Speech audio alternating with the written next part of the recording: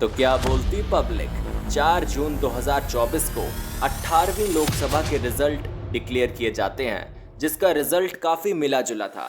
किसी पार्टी की सीट बढ़ जाती हैं, वहीं किसी पार्टी की सीट कम हो जाती हैं। लेकिन एक पार्टी ऐसी थी जिसकी सीट्स बढ़ती नहीं बल्कि जीरो हो जाती हैं। और ये पार्टी कोई ऐसी वैसी पार्टी नहीं बल्कि नेशनल पार्टी के तौर पर जानी जाती है।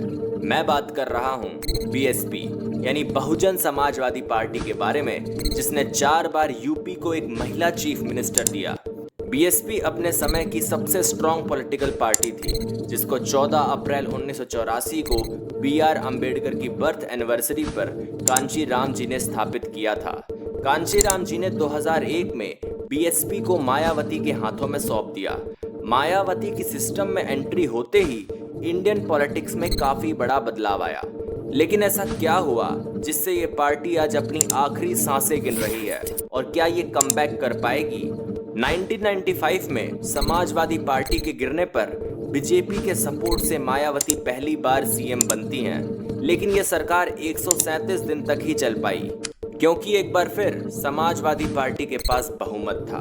1997 में मायावती एक बार फिर से अपनी सरकार बनाती हैं, जो एक बार फिर से 184 दिन तक ही चल पाती है, क्योंकि जो गठबंधन बीजेपी के साथ मिलकर बनाया गया था वो राजनीतिक उठापटक की वजह से टूट गया। बीजेपी और समाजवादी पार्टी के साथ बीएसपी के रिश्ते बनते और बिगड़ते रहे। ये भी कहा जा सकता है कि ये पार्टीज एक दूसरे का यूज करती रही ताकि सत्ता की कुर्सी या उसका कंट्रोल इनके हाथों में बना रहे। इसी बीच 2002 में बीएसपी की मायावती फिर से यूपी की सीएम लगातार तीसरी बार बनती हैं। इस कार्यकाल में पहले साल मायावती अपनी सरकार को स्टेबल बनाए रखने में कामयाब रही, लेकिन दूसरे साल आते आते यूपी की राजनीति में बदलाव लाने की कोशिश की जाती है, जिसका नतीजा ये होता है कि मायावती की सरकार गिर जाती है। लगातार गठबंधन की सरकार गिरने की वजह से मायावती को काफी परेशानियों का सामना करना पड़ता है, और मायावती को एक बात अच्छे से समझ में आ चुकी थी कि राजनीति और राजनेता किसी के सगे नहीं हो सकते सिवाय सत्ता के। इसी सोच को उन्होंने विचारधारा में बदलने का मन बना लिया था, और 2007 में वही हुआ जिसका मायावती को इंतजार था। इस बार बीएसपी फुल मेजॉरिटी के साथ सरकार बनाती है और अपना फुल टर्म कंप्लीट करती है, और इसी के साथ बीएसपी पहली ऐसी राजनीतिक पार्टी बनती है जो उत्तर प्रदेश की राजनीतिक इतिहास में अपना फुल टर्म कंप्लीट करती है। इस इलेक्शन के बाद 2014 में बीएसपी भारत की तीसरी सबसे बड़ी राजनीतिक पार्टी के तौर पर 4.2% वोट के साथ उभर कर आती है, लेकिन इसे कोई सीट्स नहीं मिल पाती। 2019 में मायावती महागठबंधन के साथ सरकार बनाने का सोचती हैं, लेकिन ऐसा हो नहीं पाता। फाइनली 2023 में बीएसपी ने ना ही इंडी अलायंस और ना ही एनडीए अलायंस के साथ जाने का फैसला लिया। इस फैसले के बाद 2024 में बीएसपी 2.0% वोट शेयर के साथ 0 सीट्स पर रह जाती है। जरा सोचिए, एक नेशनल पार्टी जो 79 सीट्स पर अपने कैंडिडेट्स को खड़ा करती है, उसके हाथ में 0 सीट्स आती हैं। लेकिन ऐसे क्या कारण थे जिसकी वजह से एक नेशनल पार्टी का डिक्लाइन हो जाता है?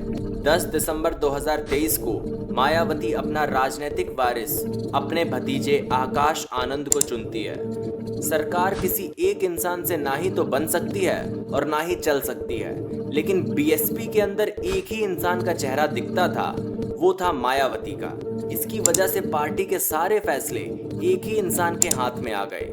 मायावती के डिसीजंस काफी अनस्टेबल थे। गठबंधन की सरकार बनना टूटना एक आम बात बन चुकी थी, जिससे इनके वोटर्स भी कंफ्यूज हो रहे थे कि वोट किसको करें।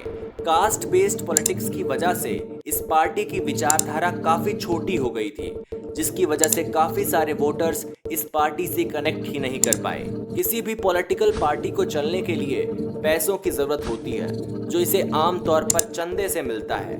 पार्टी की हार की वजह से बीएसपी को चंदा काफी कम मिल रहा था, जिसकी वजह से इलेक्शन कैंपेनिंग करने में पार्टी फेल रही, जिससे वोटर्स को ये पता ही नहीं चल पाया कि बीएसपी नाम की भी एक पार्टी है जिसे वो वोट कर सकते हैं। वहीं दूसरी ओर पार्टी के अंदर ऐसे लीडर्स नहीं थे जो पार्टी के सपोर्टिंग पिलर्स के तौर पर देखे जा सके।